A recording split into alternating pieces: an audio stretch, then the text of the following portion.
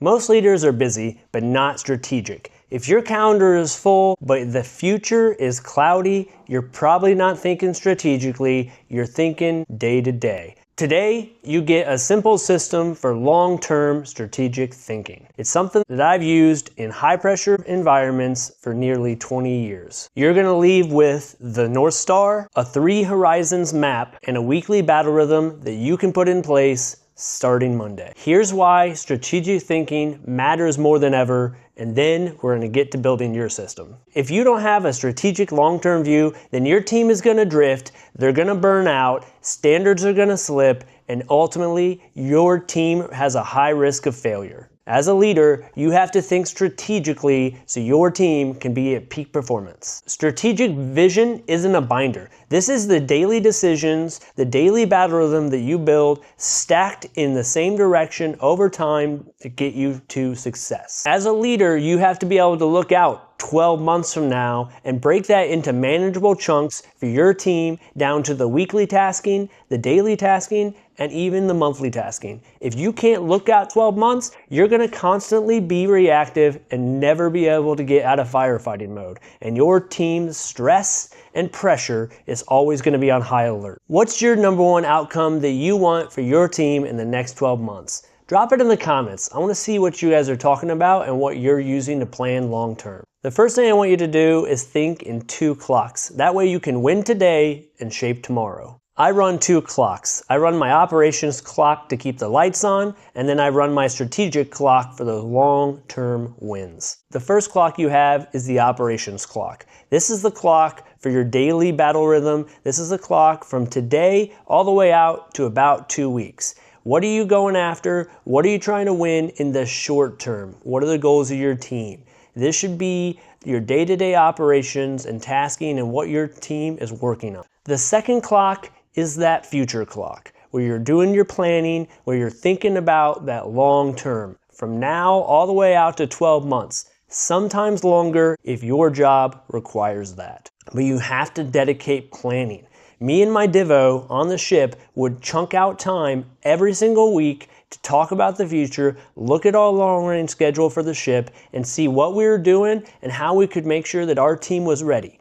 This allowed us to keep a level load for our team, and we knew what we needed to do to be successful. So instead of ratcheting it up for stress when the inspection came, we mapped out that inspection from 12 months from now all the way to now, and how we could have tiny building blocks to keep steady strain for our team. And that's the goal for every leader. We want our team to have an even level of stress, even working hours across the board. If we start ratcheting up all the time, then it's gonna get chaotic for our teams and our families. Here's what I want you to do right now. Open up your phone, open up your calendar, and save a meeting with yourself, a 60-minute block every Friday to dedicate towards planning.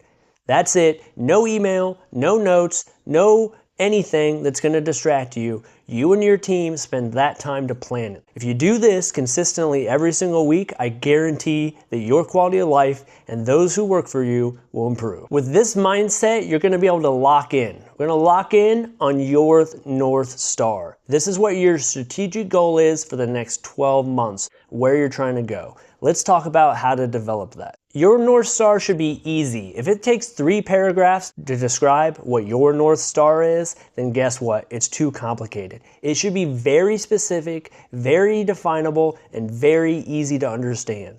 That way, your team understands it. What I want you to think about is 3 separate things when defining your North Star. It could be as simple as, by December 31st, I want to score a 95% on my ASA check sheet, so that way I will pass my inspection. Now that you have this North Star, you can start working backwards how you are going to achieve that goal. But again, keep it simple. Make it easy to understand. If it's too long, cut out the fluff. And then show it to your most junior team member and see if they understand it. If they get it, then you're in the right spot. In the military, I've seen people have multiple North Stars at the same time. Call this a constellation of North Stars. So you're gonna have multiple metrics that you're working towards at the same time. That's okay too if you wanna have multiple goals or North Stars for your team. But remember, The more you have, the more spread out your team is going to be. So I would limit this to 2 to 5 North Stars, and that's it. For me, right now in my team, I've got 3. 3 for the next year that I want to work on,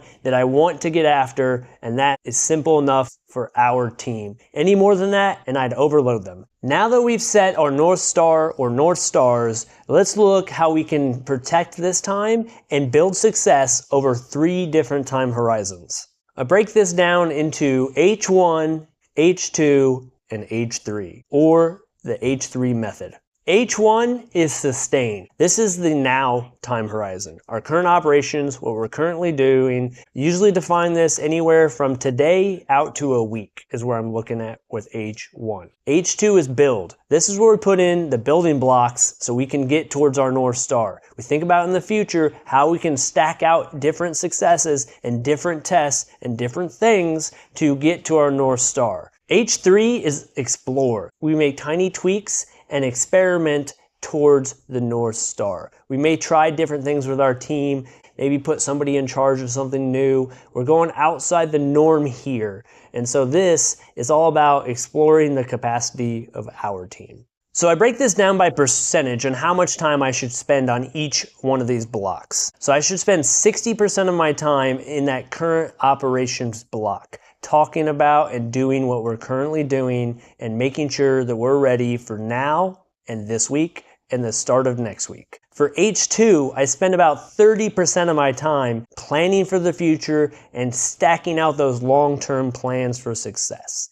And then H3, that was the explore block. I spend 10% of my time exploring my team. What do I need to do to maneuver them into successful points? Me and my Divo called the H3 time. This is our chessboard meeting where we move people around, think about their long-term growth, how can we challenge them, and where can we move them. So just remember, H1 is 60% of your time, H2 is 30% of your time, H3 10% of your time. This allows you to put real dedication and planning behind each time horizon. Remember, this type of planning can be adjusted. If you're in a really intense operation right now, you might allocate 90% of your time to the H1 block, to the here and now, to make sure that right now we're successful. If you have more time, like when I was in dry dock, I spent more time in H3. I was thinking about how I was going to maneuver my team to be successful, 18 months from now. What schools do they need to go to? What do I need to make sure that they're qualified in so I'm ready for that long-term time horizon? Adjust these numbers real time to fit your environment.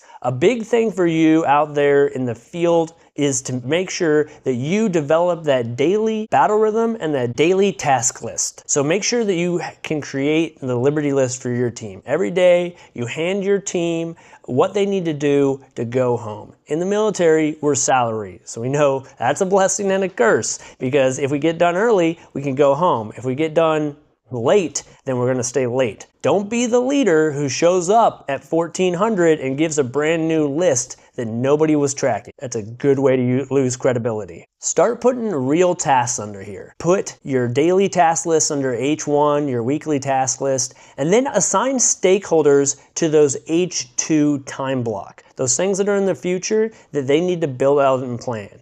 We could probably create that plan, but I give those to my first classes and my second classes so they can start to think about that long-term vision for themselves and understand how to build and understand how to break that up so our team is successful. Next, I want to talk about backcasting or the backcasting method. So this is a method that you can use to align your North Star. You take your North Star, let's say pass that inspection. You're going to backcast that to now. What exactly do I need to do metrically to pass this inspection? Maybe it's I have to pass all my magazine inspections. Okay, well, a step along the way could be baseline inspection of each magazine by the end of next month. And then we create the hit list of items. And then you could say, hey, 3 months from now, I want to have 50% of my hit list items corrected. And then 5 months from now, I want to have 80%. And then you could say in X months, I'm going to do a second practice inspection. What you're doing is taking that ultimate goal and you're breaking it into manageable stepping stones and chunks that you can deliver to your team that will deliver the progress that you need to get to your North Star at the end. Remember, this is different than forecasting, because forecasting, that tries to guess what the future looks like. In backcasting, you're taking the future requirement and breaking it up and moving it backwards. Understanding and having the ability to backcast is an absolutely critical skill that you need as a leader. Being able to break that into manageable chunks for your team is going to make or break your success. We do this all the time in the military when we think about the mission, when we think about the inspection coming up, the operation, whatever we need to do, we break that up into manageable chunks so we're ready. Next up, let's talk about the battle rhythm. This is where I want you to create a document that's a single stop for your team that covers everything that they need to do on a routine and repetitive basis. What I'm talking about is here, what are some taskings that your team has to do every single day? What do they have to do every single week? What about every month? Write all these down so your team knows them. What I want you to do now is grab a piece of paper. Think about your day. What are some things that leaders in your organization need to do every day to be successful? Write all those down. Now, I want you to branch that out to a week. What are some things that they need to do every single week that's part of their job, that are repetitive? Write all those down. And then continue this process all the way out to the month, the quarter, and as far out as you need.